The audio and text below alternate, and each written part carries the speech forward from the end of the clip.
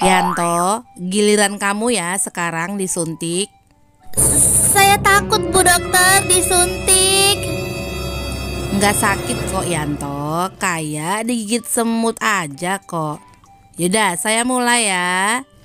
Bu, takut Bu Dokter. Udah Yanto? Hah? Udah ya Bu? Nggak kerasa ya Bu?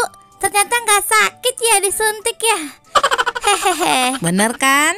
Sekarang panggil teman-temanmu biar mereka disuntik juga. Oke? Oke Bu Dokter, saya panggil teman-teman saya. Yanto, gimana kamu? Kamu udah disuntik. Gimana rasanya? Sakit ya? Iya Yanto, gimana rasanya? Sakit banget ya. Aku takut banget.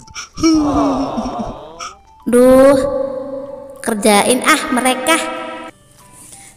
Iya loh teman-teman, sakit banget kayak digigit dinosaurus.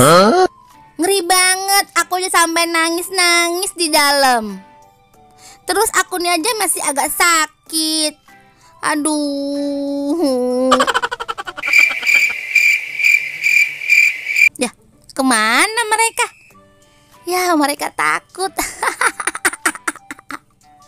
Dan mereka percaya lagi.